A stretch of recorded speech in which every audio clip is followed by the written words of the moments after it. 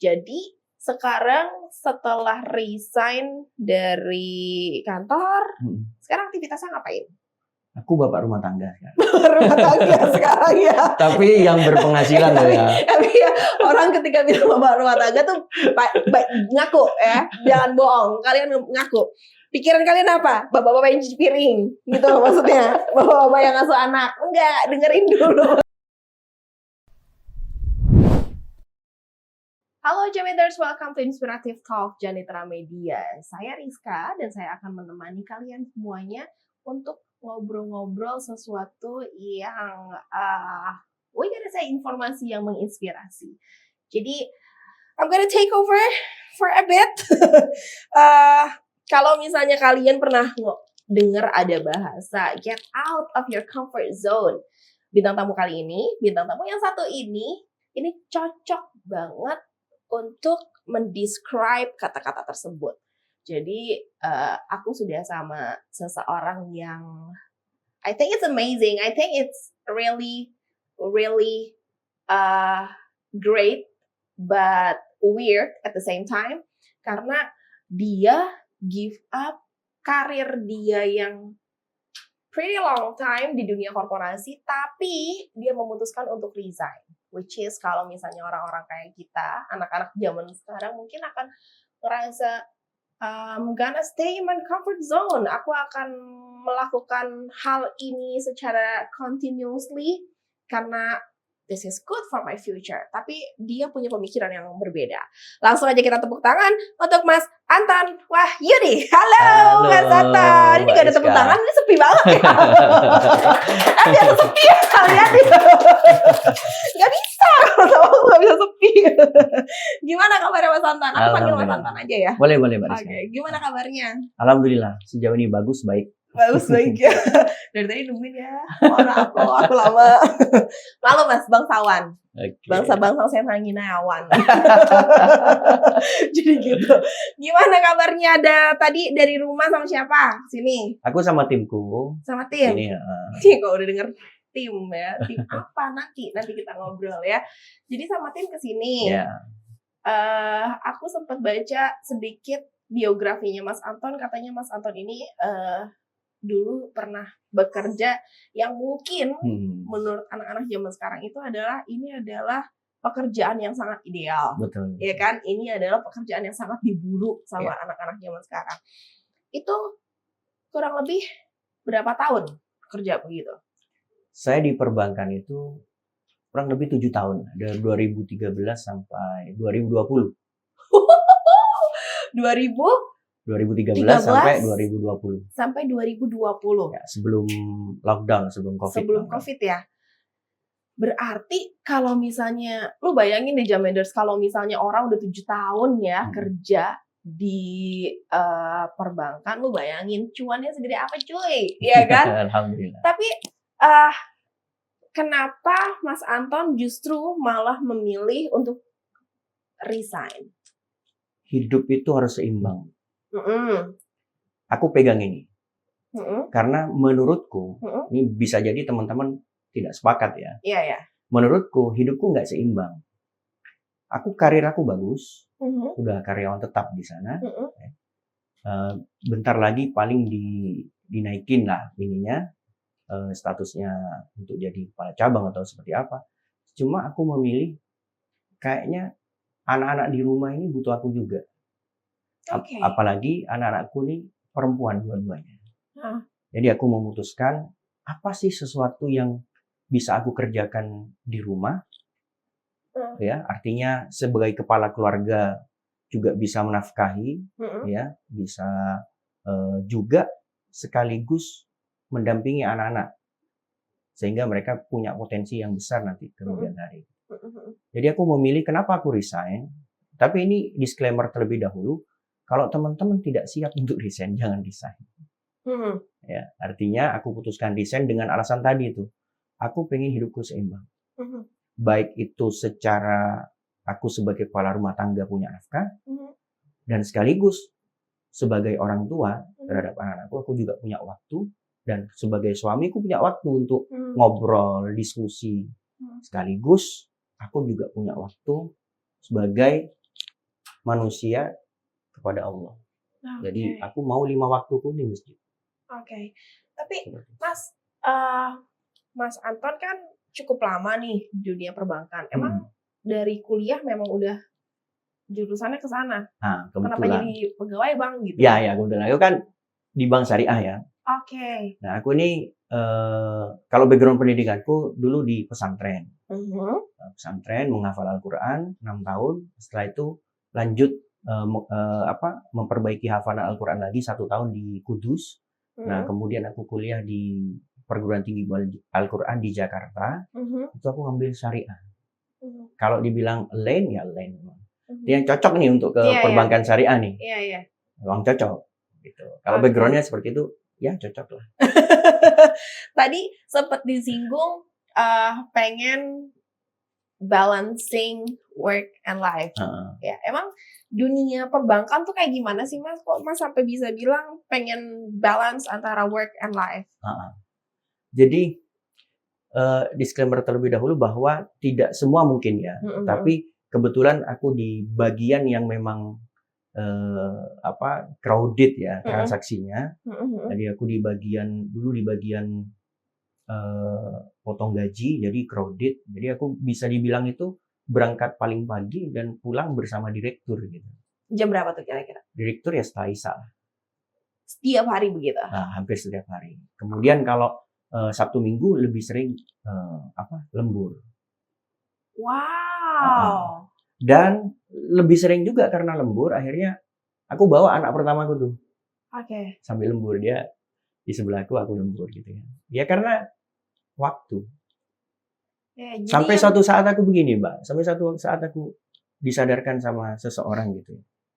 Dia bilang gini, dia datang ke tempatku gitu ya. Kamu seharusnya hidupnya nggak gini loh. Oke. Dan itu kayak it's a big slap on your face gitu ya. Oke. Aku pikir yang namanya dunia perbankan itu yang enak yang Sabtu Minggu justru malah bisa libur, bisa quality time sama keluarga ya. Ternyata emang ada beberapa, mungkin nggak semua ya, balik lagi nggak semuanya, tapi ada beberapa orang, beberapa position yang memang work life-nya nggak balance. Betul. Makanya Mas Anton pengen balancing it out. Betul. Gitu ya, pengen ada buat keluarga dan lain-lain. Sekarang setelah resign dari kantor, sekarang aktivitasnya ngapain? Aku bapak rumah tangga sekarang. Rumah tangga sekarang ya. Tapi yang berpenghasilan loh ya. Tapi ya, orang ketika bilang bapak rumah tangga tuh ngaku ya, jangan bohong. Kalian ngaku. Pikiran kalian apa? Bapak-bapak yang cuci piring, gitu maksudnya. Bapak-bapak yang ngasuh anak. Enggak, dengerin dulu. Jadi bapak rumah tangga itu bapak-bapak yang bagaimana, Mas? Bapak rumah tangga itu ya kegiatan sehari-harinya di rumah, ya kan? Tapi juga ada bisnis saya ngerjakan 4 bisnis di rumah. 4 bisnis dan masing-masing sudah ada timnya. Jadi satu bisnis itu namanya Salihah. Salihah itu layanannya jasa. Dia ada facial, ada spa. Oh, dia kayak klinik kecantikan gitu. Tapi bukan klinik kecantikan sih, lebih terhadap apa ya? Saya desain itu Salihah itu jadi home treatment ya, home service, jadi ke rumah gitu. Kami ada 2 tim di situ, ada beautician-nya dan ada terapisnya itu 2. Nah, untuk content creation di semua bisnis saya ada 1 orang. Kemudian CS-nya 1 orang. Jadi 4 orang. Nah, untuk ada 1 orang lagi khusus masak. Jadi ada 5 orang karyawan di rumah. Nah, tiap hari ya mereka bertemu dengan saya. Ya kerjaan saya monitoring mereka, target mereka di awal pagi bagaimana, sore capai nggak targetnya. Tapi yang jelas, Mbak, ini saya jaga, Mbak, karena saya dulu punya pengalaman menjadi karyawan. Yang saya jaga betul-betul adalah mereka harus work-life balance. Jadi yang saya tanamkan kepada mereka masuk tepat waktu, pulang tepat waktu. Jadi saya tidak pernah mengambil jatah mereka dengan keluarga. Bahkan kalau sebelum adzan itu mereka sudah selesai pekerjaannya dan harus ke masjid. Memang value yang saya miliki dalam hidup itu saya gunakan juga kepada teman-teman. Ya, jadi pertanyaan kembali tadi, apa sih bapak rumah tangga ya tadi itu? di rumah dekat sama anak, antar jemput anak ke sekolah, ngobrol sama istri, ya, makan bersama, masak makanan emak di rumah, ya, monitoring bisnis itu. Mas, ngomongin work-life balance, kita mungkin milenial ya, tapi aku Gen Z ya? Oh, Gen Z juga. Lupa.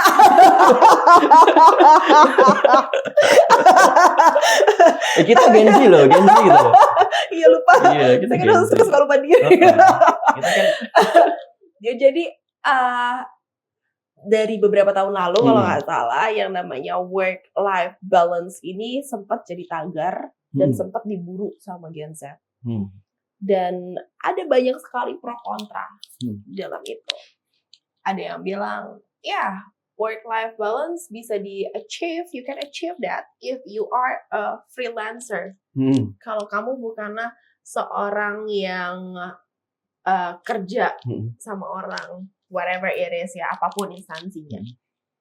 Ada yang bilang seperti itu. Sementara untuk menjadi freelancer, kalau lo nggak tahu jalannya ya susah, ya dong. Terus ada juga yang berpikir, oh enggak, work-life balance ini benar-benar harus dikerjain. Makanya zaman sekarang udah mulai banyak banget tuh yang buka-buka job vacancy dari rumah, ya kan.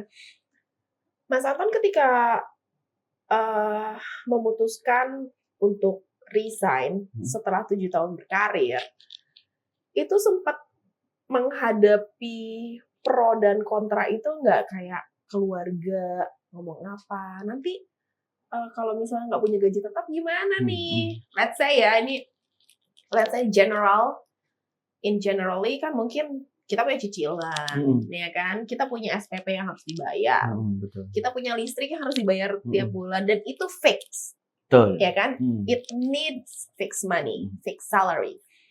Sempet ada yang kayak gitu-gitu nggak dari keluarga? Dari orang-orang sekitar, orang-orang terdekat. Waktu bisnis nggak jalan, banyak pertanyaan itu. Tapi ketika income sudah jauh melebihi dari kebutuhan, bahkan kita bisa berikan ke orang tua gitu ya, kita berikan sesuatu yang mungkin di luar pikiran mereka, pertanyaan seperti itu hilang, Mbak. Jadi kan ujung-ujungnya duit, Mbak. Iya benar, udah ya Bun. Nah. Jadi kalau kita bisa memastikan duit kita aman, bahkan saya bisa lunasi sebelum resign cicilan saya. Jadi saya resign dengan 0 cicilan, sampai sekarang pun tidak ada cicilan. Wow. Itu keluarga tidak akan tanya, Mbak. Bahkan mendukung, iya, kenapa nggak dari dulu? Malah begitu ya? Iya. Sebenarnya kan orang di sekitar kita itu bukan melarang kita untuk keluar dari comfort zone, bukan melarang itu, tapi kekhawatiran mereka terhadap ini nanti hidup setelah di luar comfort zone, dia comfort nggak gitu kan? Iya benar. Betul kan? Benar. Kalau nggak comfort kan saya sendiri yang susah gitu kan. Benar. Orang tua, saya juga susah nanti. Ya. Apalagi keluarga yang dekat kita, istri, ya, anak, itu makin susah lagi. Iya. Sebenarnya itu sih pikirannya. Apalagi laki-laki ya. Iya. Luar biasa tanggung jawabnya loh. Ngeri banget. Nah, ini mungkin Mas Anton bisa ngasih point of view yang berbeda gitu ya untuk mereka teman-teman yang lain yang mungkin saat ini lagi kepikiran aku pengen resign. Sebenarnya yang dipertimbangkan itu kan resign dari fixed salary yang udah bisa menjamin pengeluaran kita per bulannya itu kan itu adalah langkah yang sangat besar dong. Betul. Jadi gimana nih caranya memantapkan hati sebelum resign? Karena itu tadi kita nggak mau dong, kita nggak mau setelah resign terus gue jadi apa gitu kan, terus gue how do I earn gitu kan, kita nggak mau kayak gitu dong. Itu ada pertimbangannya apa aja? Oke, baik. Salah satu bisnisku itu produk digital. Produk digital itu aku jualan kelas persiapan resign. Oke. Ya. Nah, aku sering bilang di sana tuh, resign, hidup yang sebenarnya itu bukan hidup sebelum kita memutuskan untuk resign, tapi hidup yang sebenarnya adalah ketika kita sudah resign, itu baru kita menemui hidup yang sebenarnya. Kita kan akan bertemu dengan kebutuhan. Kita akan nanti kalau iya oke dia punya cicilan, kita akan bertemu dengan cicilan. Kalau tidak bisa terpenuhi, stres. Ini bukan cuma 1, 2 orang, 5 orang yang komunikasi dengan saya, curhat kepada saya. Ini bukan perempuan ya, laki-laki nih yang curhat. Katanya laki-laki nggak boleh cerita ya, ini curhat ini. Jadi mereka curhat. Bang, saya ini udah resign, tapi saya bingung mau ngapain. Kenapa resign, kata saya. Oke. Gitu kan? Oke. Maka dari itu, sebelum resign, pikirkan terlebih dahulu, kamu resign itu karena apa? Kalau karena permasalahan dengan pimpinan, selesaikan dulu masalahnya. Jangan lari. Kalau masalahnya dengan karir, selesaikan. Harus perbaiki karir kamu. Kalau masalahnya dengan uang, kurang uang, set income. Nah, dapatkan set income dulu. Set hasilnya dapetin dulu. Selama ketika bekerja. Iya kan, Mbak? Betul. Artinya masa resign ini bukan kabur, Mbak. Iya, ini mindsetnya ya. Resign ini bukan kabur dari masalah kita ketika kita ada di pekerjaan, bukan. Tapi resign ini jalan keluar menuju hidup yang lebih baik. Tapi kalau kita tidak bisa pastikan hidup jauh lebih baik setelah resign, jangan resign. Oke. Jadi benar-benar bukan kayak apa ya, ujuk-ujuk lo udah fed up with your job, with everything. Langsung ujuk-ujuk resign gitu. Emang Mas Anton kemarin persiapan resign itu berapa tahun? 1,5 tahun. 1,5 tahun. Itu apa aja yang disiapin? Pertama, kerjakan set income. Oke. Jadi aku cari set hustle yang memungkinkan bagi karyawan. Terus tahun 2018 masih banyak, sedikit kemungkinan. Tapi sekarang banyak sekali kemungkinan. Set hustle ya. Sekarang banyak. Bisa produk digital, bisa affiliate TikTok ya, bisa content creator, bisa endorse dan sebagainya. Itu set hasilnya banyak sekarang. Jadi yang aku pastikan terlebih dahulu adalah set hasil. Itu aku pastikan. Yang kedua, mentalku. Karyawan ini fixed income. Bisnis itu tidak fixed income. Iya, benar. Bisa nggak mentalku menghadapi tidak fixed income ini? Jadi pertama duitnya dulu siapin, kedua mentalnya siapin. Kalau udah dua-duanya siap, lanjut.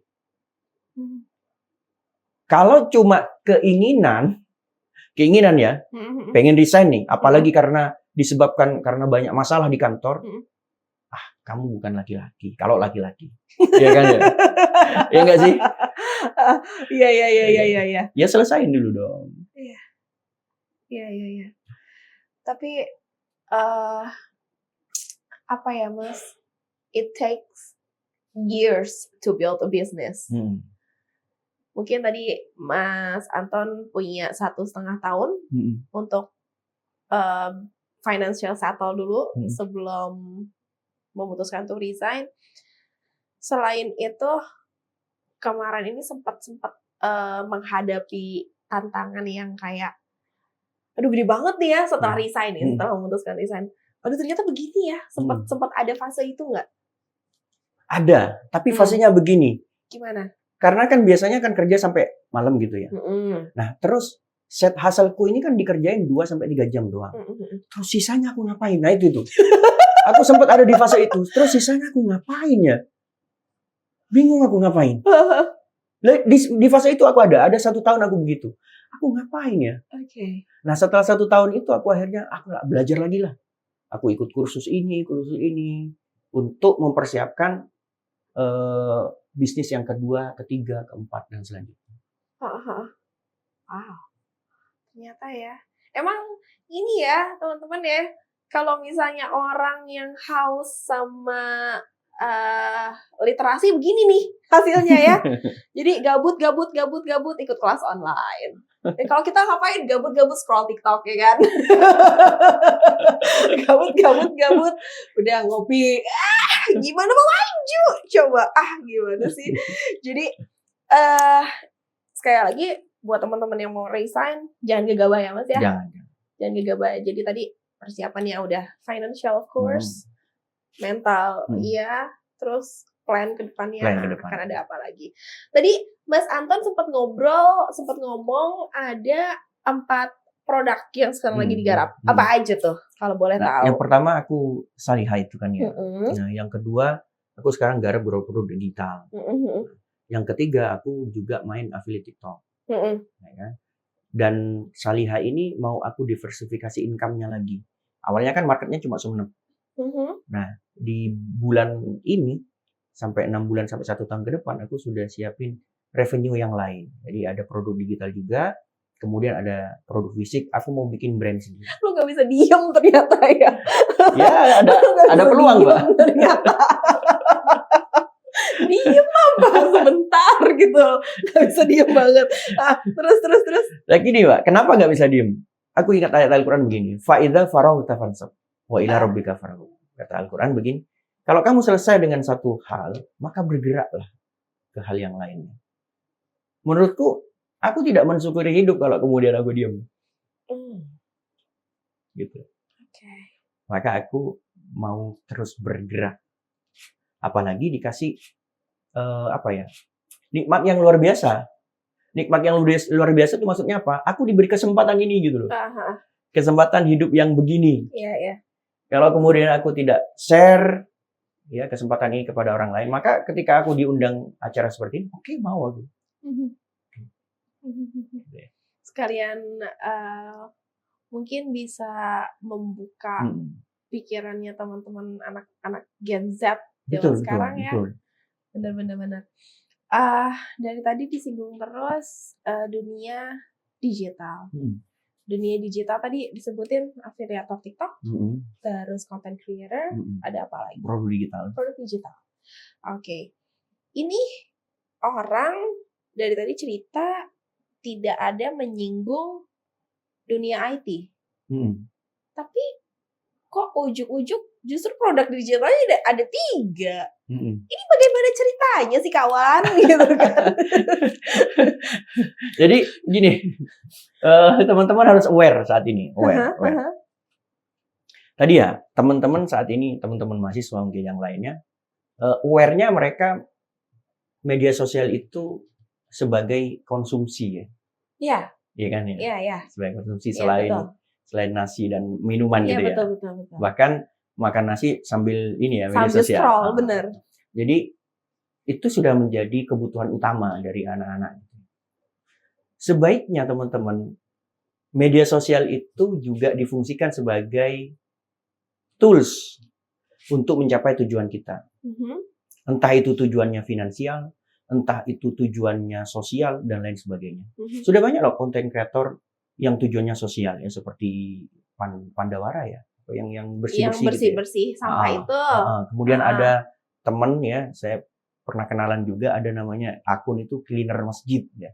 Dia anak muda seperti teman-teman nih, dia kerjanya bersihkan masjid, tapi luar biasa, followernya banyak, mengkonversi ke duitnya juga banyak, sedekahnya juga makin banyak dia.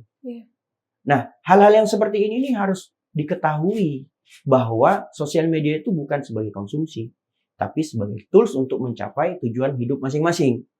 Nah, sekarang kan teman-teman tugasnya tujuan hidupnya apa gitu kan ya? Jangan joget-joget, please. Jadi siapa yang masih suka JJ, tolong ini didengarkan dengan baik ya. Ini didengarkan lalu dijadikan sumber penghasilan. Betul. Nah, setelah ketemu baru kemudian cari tahu bagaimana saya memanfaatkan media sosial. Bagaimana aku manfaatin ini nih? Apa aja yang aku harus pelajari nih? Kalau tadi Mbak Rizka memberitahukan bahwa ini nggak ada IT, langsung ujung-ujungnya begini. Iya, benar. Karena tidak perlu paham IT untuk saya, Mbak. Kalau saya kasih tahu, saya ini gaptek, Mbak. Serius. 6 bulan yang lalu bahkan saya tidak tahu media sosial. Media sosial itu layaknya kita naruh foto, gitu kan ya? Naruh foto, naruh video gitu ya. Anggaplah galeri kita lah. Kalau kita dulu naruh foto di dinding, kita sekarang taruh di media sosial. Benar. Seperti itulah saya memperlakukan media sosial. Tapi 6 bulan lalu, lebih tepatnya 7 bulan lalu, saya memutuskan, walaupun saya gaptek, saya mau belajar media sosial karena saya punya tujuan, saya mau dapat bisnis yang lain. Jadi tidak ada hubungannya nih, kamu tahu IT, kamu gaptek, tidak ada hubungannya. Kalau kamu belajar, skill itu bisa meningkat. Ada satu hal Mbak Priska, saya mau menyampaikan ada satu penelitian ya. Saya lupa, tapi saya baca bukunya. Judul bukunya dalam bahasa Indonesia itu Asah Pola Pikir. Ya. Saya lupa namanya. Dia profesor, dia perempuan, profesor di bidang neuropsikologis. Ya, dia meneliti tentang otak ya. Nah, hubungannya dengan perilaku.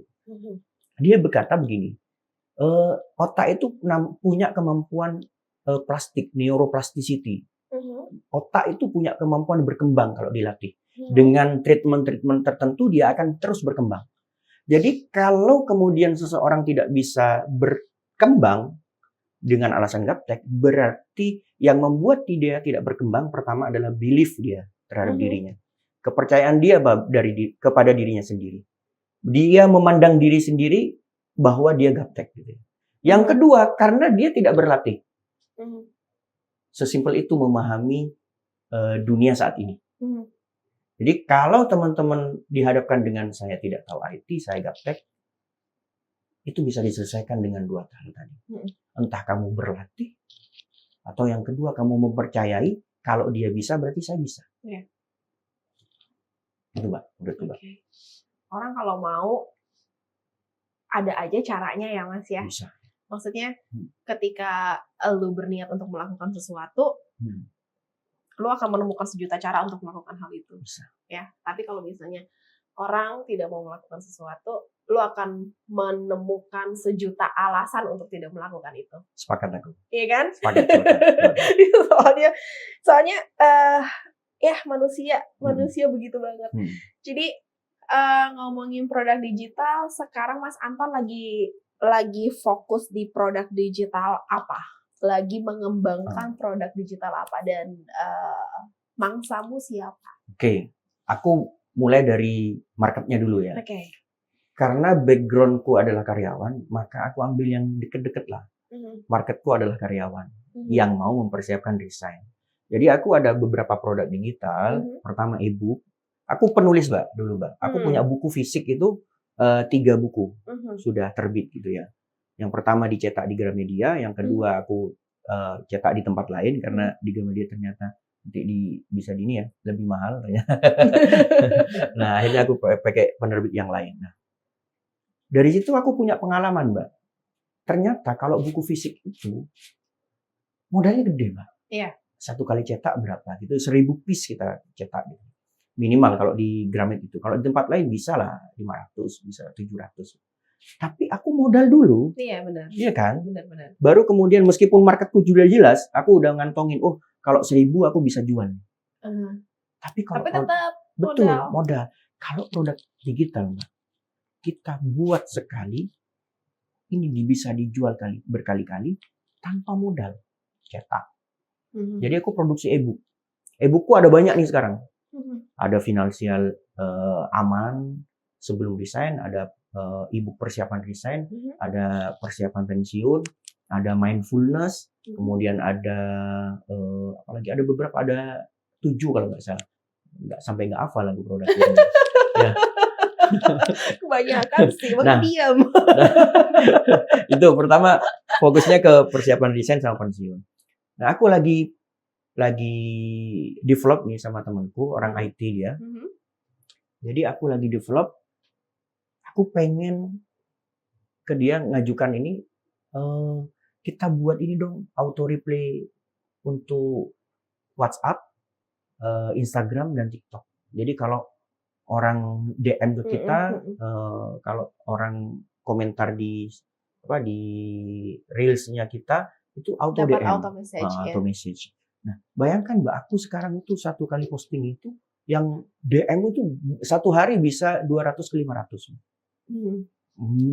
Ini satu-satu, meskipun aku ada CS kan? Iya benar. Ada CS kan? Gempor, Iya, keriting. Nah, itu opportunity baru, aku sedang garap itu. Yang ketiga aku mau garap lagi itu abundance ya, atau keberlimpahan. Gimana sih orang bisa jadi apa ya, duit tuh gampang datang gitu kan. Kan banyak orang sekarang masuk duit nih, kok cepat sekali keluarnya. Iya. Udah kayak kayak lancar air. gitu ya, lancar gitu ya. Lebih-lebih Nah. dari air itu. Datang lagi nih gaji tambahan gitu kan ya. Heeh. Tahu-tahu ada kebutuhan lebih banyak lagi. Why kan? Nah, aku lagi mendalami itu project selanjutnya. Jadi kalau produk digital apa saja, ya saat ini adanya persiapan resign, persiapan pensiun, kemudian bentuknya adalah e-book, bentuknya ada kelas, course. Jadi aku buat video-video di web tertentu yang kemudian bisa diakses oleh mereka. Kalau ke depannya ya itu yang aku ceritain. Mas, sekarang kalau aku tanya work-life balance sudah dapat? Dapat aku. Sejak resign. Sejak resign ya. Berarti udah sekitar 5 tahun dong. 5 tahun. Dari 2020 sampai 2025. Are you happier? Aku happy. Lebih ya? Lebih. Jauh lebih happy. Jauh lebih happy. Jadi selain Mas Anton merasa happier, apalagi perbedaan yang besar dari dulu zamannya masih kerja, masih jadi karyawan, sama sekarang jadi self-employed. Satu hal yang paling fundamental menurutku itu adalah aku tidak melekat, aku tidak tergantung. Oke. Kalau dulu aku tergantung dengan gaji, begini dulu. Oh, nantilah gampang lah tanggal 25 gajian. Ada tuh duitnya. Selama 7 tahun aku begitu, Mbak. Tapi setelah aku resign, aku tidak tergantung lagi dengan duit. Aku mau menggantungkan diriku sama Allah aja. Itu lebih dari cukup. Kalaupun nanti Allah belum menurunkan rezeki yang luar biasa besar gitu, ya itu kan Allah yang mau. Kembali lagi fa'idza faragta fansab. Ya aku kerjain aja. Sekarang dari 5 tahun yang lalu aku tidak melekat dengan uang. Aku tidak melekat dengan gaji. Itu yang paling fundamental menurutku selain life. Dia enak aja yang ngomong udah tidak melekat dengan gaji, orang penghasilan udah banyak banget. Iya lah, udah tidak melekat dengan uang, udah gak pusing lu cari duit kemana. Lagi kita.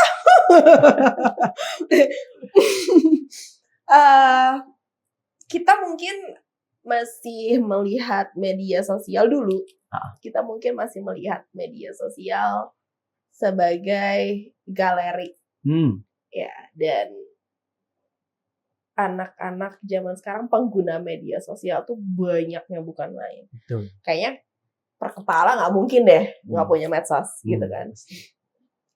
Tapi hanya sedikit, nggak sedikit sih, emang udah lumayan banyak. Cuman perbandingannya antara mereka yang menggunakan media sosial untuk jadi ladang mata pencaharian itu masih sedikit. Menurut Mas Anton gimana tuh? Mereka itu sebenarnya kalau kita didik mau, Mbak. Mungkin mereka belum tahu. Kalau mereka tahu bisa jadi mereka mau. Atau ada sebagian yang lain mereka sudah tahu tapi mereka bingung memulainya dari mana. Ya kan? Atau yang ketiga, mereka sudah tahu memulainya dari mana tapi ngapain saya seperti itu. Nah, tinggal kita menyesuaikan nih, menentukan. Si Ocha ini state-nya di mana sih? Dia state-nya dia nggak tahu, atau dia state-nya dia mau tapi dia nggak tahu cara memulainya, atau dia udah tahu, dia mau, dia tahu, tapi dia tidak mau. Males lah. Yeah. Nah, itu di mana? Berarti kan kalau kita tahu state-nya mereka, tinggal kasih obat sesuai dengan state-nya. Kalau yang tidak mau, ya udah kita kasih tahu bagaimana biar dia mau. Mungkin salah satunya dari ini loh penghasilannya bisa segini. Kalau kemudian dia tidak tahu, oh ini tahapannya, ayo belajar. Kalau kemudian dia malas, nah kita kasih takut-takutan tuh, kita kasih ketakutan lah. Istilahnya, kamu kalau tidak bergerak di sebelah sini, coba kamu setelah lulus, kamu mau melamar pekerjaan di mana? Sekarang banyak sudah orang yang di PHK ribuan jumlahnya. Sekarang kesempatan untuk masuk dunia kerja antriannya luar biasa, dan tidak banyak punya kesempatan untuk itu. Kalau kita tidak masuk ke dunia itu, oke, kamu mau nikah kapan? Apa nunggu nanti Indonesia bisa memberikan makan gratis untuk semua jomblo gitu kan Tunggu ya? Indonesia maju, biar nabrak Malaysia, biar nabrak Singapura. Ya kan seperti itu akhirnya kan, Mbak. Bener. This is the reason why anak-anak muda ini harus aware banget sama namanya. Terus ya, Betul. jadi ingat, jangan janji mulu, jangan joget-joget doang kerjaannya, pakai. Dan sebenarnya ada banyak sekali peluang yang bisa didapatkan ya, Mas. Salah satunya apa coba, Mas? Penghasilan. Cuan. Pasti itu cuan. Ujung-ujungnya duit lagi. Jadi let's say setelah nonton ini banyak anak muda yang aku mau memutuskan untuk mencoba dunia digital. Ini mereka butuh fondasi apa aja untuk memulai? 2 hal. Oke. Pertama marketing, kedua sales. Marketing ini kan ngumpulin market nih. Market kumpul, lalu kita jualin. Ya kan? Kalau cuma pinter marketing, nggak tahu penjualan, duitnya dapat dari mana? Nah, itu dia. Ya kan? Jadi, harus dipelajari keduanya. Bagaimana nge-approach market, bagaimana memahami market, lalu nge-track mereka untuk datang ke kita, tertarik dengan kita, lalu setelah itu siapin apa yang dijual. Dan siapin juga skill menjualnya, entah itu copywriting, hypnoselling, ya, dan sebagainya, CTA dan lain sebagainya. 2 hal aja dulu, baru nanti berbicara tentang yang lainnya. Itu 2 hal tapi sub-subnya banyak tuh tadi itu gimana ini saya memahaminya?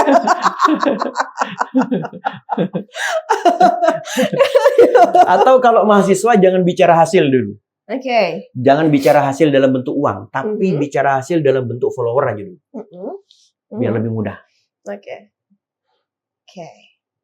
Note. Kita ini kan Jamet ini adalah sebetulnya medianya teman-teman Unija, Universitas Wiraraja. Mungkin masih ada beberapa dari teman-teman yang ngerasa aku kayaknya belum siap nih untuk mencoba dunia digital. I don't know, maybe they got their own reasons ya. Tapi suatu saat ketika mereka lulus, mau nggak mau dong mereka harus hidup. They got to learn, they got to earn. Itu kasih tips dong, Mas. Apa aja yang harus dipersiapkan sama mereka-mereka kalau misalnya ternyata Mas Anton bilang, kamu lebih baik udah deh langsung mulai bisnis, mulai mencari kerja, mencari rezeki tidak dengan menjadi karyawan, itu apa aja yang harus dipersiapkan? Kalau ternyata Mas Anton bilang, ya sudah kerja dulu deh, yang penting dapat dulu pemasukan bulanan sambil kamu merintis, karena you know it take years untuk bikin satu bisnis itu. Kasih ini dong tips apa aja. Biar lebih mudah begini, jangan kotakkan rezeki.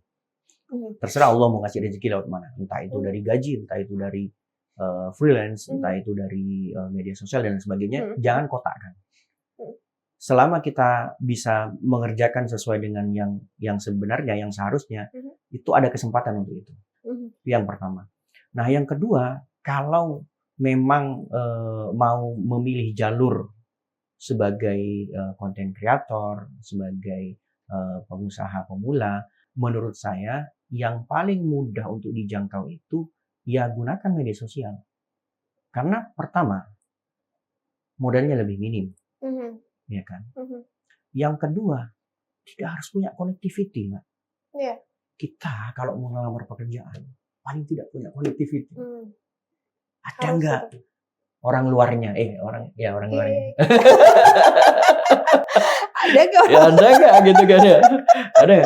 Nah kalau tidak ada, kesempatannya kecil. Berarti kalau mau kerja oke, silakan, nggak masalah. Nggak masalah, silakan. Tapi jangan tinggalkan dunia konten ini.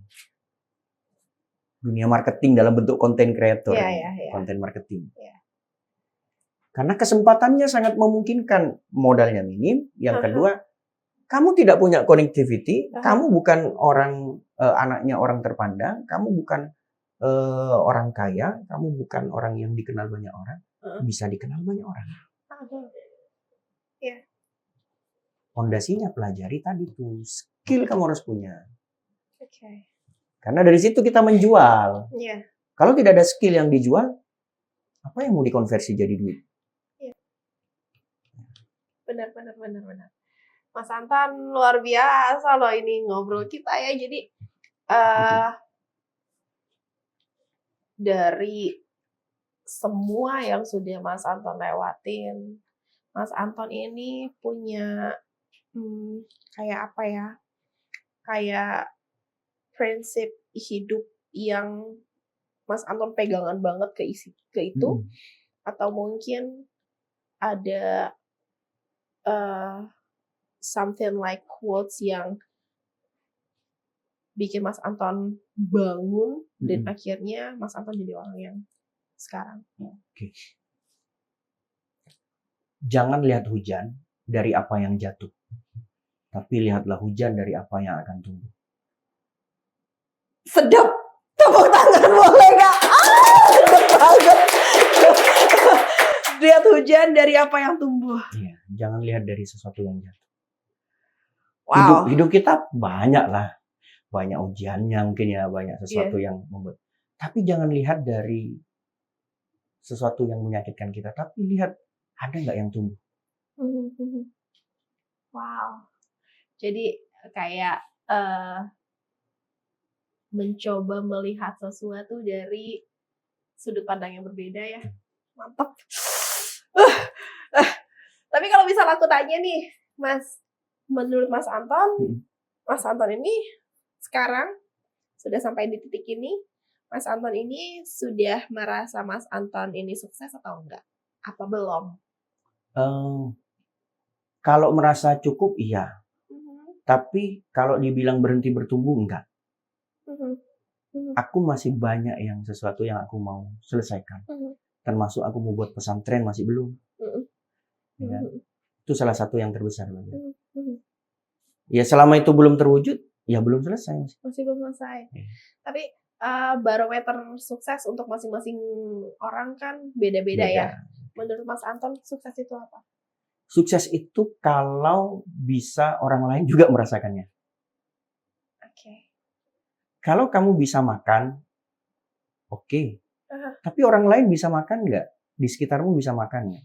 Kalau kamu bisa menulis, bisa bicara, di sekitarmu bisa speaking nggak? Bisa public speaking nggak? Kayak Mariska public speaking. Kalau kamu bisa menghasilkan uang, orang-orang sekitarmu yang dekat-dekat kamu bisa menghasilkan uang juga nggak selain gaji? Itu sukses menurutku.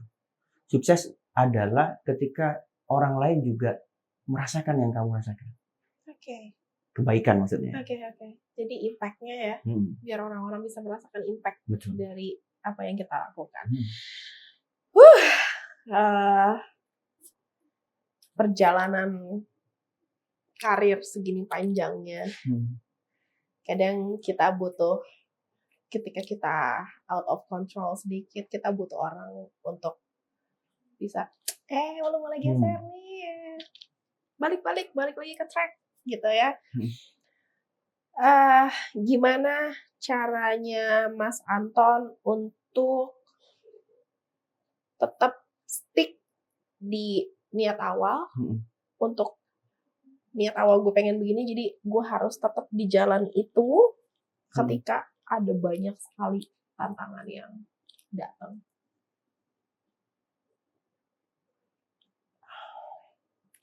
Ingat bahwa manusia itu kan masing-masing sudah punya fitrah. Ya. Dan aku memilih fitrah yang bahwa aku harus bermanfaat bagi banyak orang.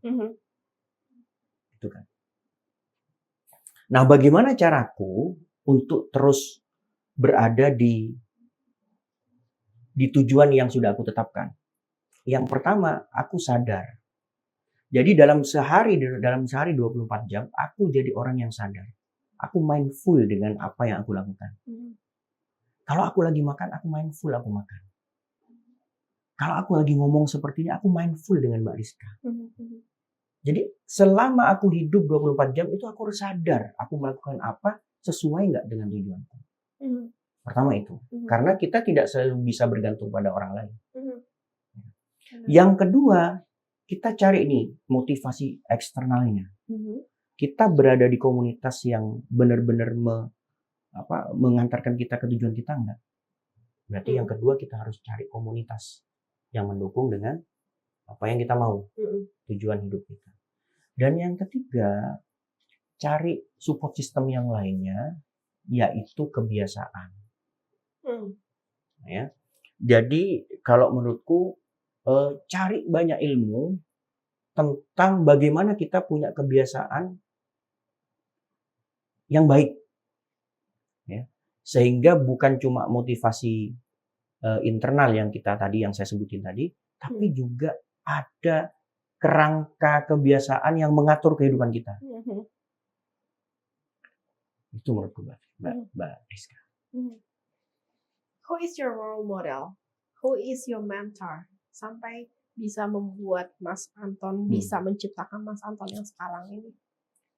Siapa? Aku kalau di dunia keagamaan, aku mengacanya sekarang ke Ustadz Hadi Hidayat sama Ustadz Khalid Masalam. Kalau di dunia creation, aku sekarang mengacu kepada Dr. Indrawan Nugroho. Beliau salah satu partnernya Deddy Corbuzier. Ini orang famous banget di dunia training. Jadi beliau mentor saya dan bersama dengan komentornya ada namanya Ika Ibrahim. Jadi mentor saya sekarang itu. Dan mentor-mentor yang lain lah yang saya ikuti. Luar biasa. Ternyata di balik Mas Anton bukan orang kaleng-kaleng ya, Bun.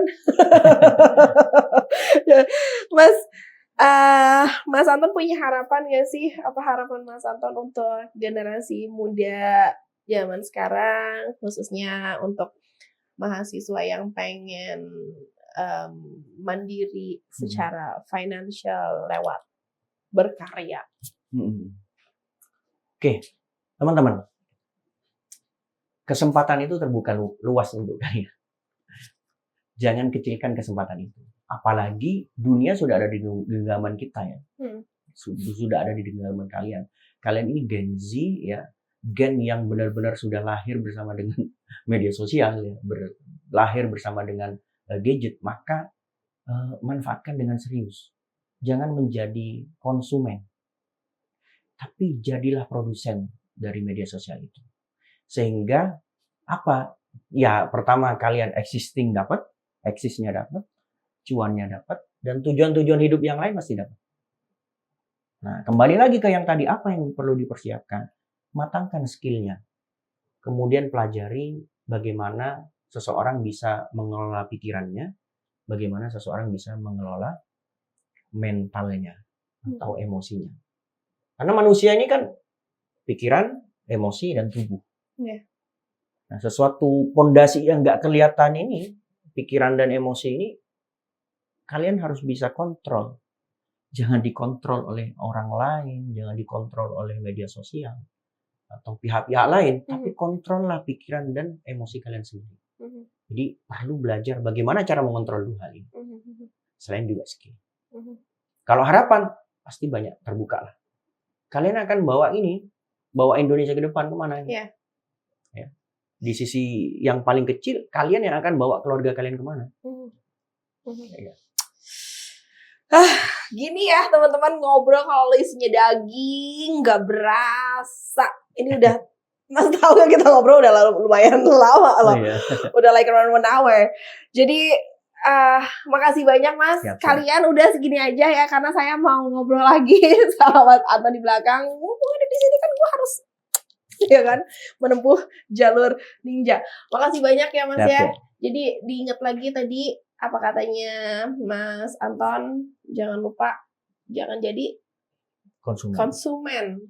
Jadilah seorang yang lebih cerdas untuk menggunakan sosmed. Betul. Jadilah seseorang yang bisa baca peluang ya Mas ya. Abis ini kita ngobrol lagi ya Mas Betul. ya. I'm gonna have a really good talk with him. Jadi Jameders, jangan lupa kalau misalnya kalian suka banget sama konten yang sudah kita hadirkan, kalian jangan lupa like, comment, dan juga subscribe. Karena kita akan selalu berusaha untuk menghadirkan narasumber-narasumber yang bisa menginspirasi kita semua. Well, I'll see you again in another episode di Jamet Janitra Media, informasi yang menginspirasi. Bye!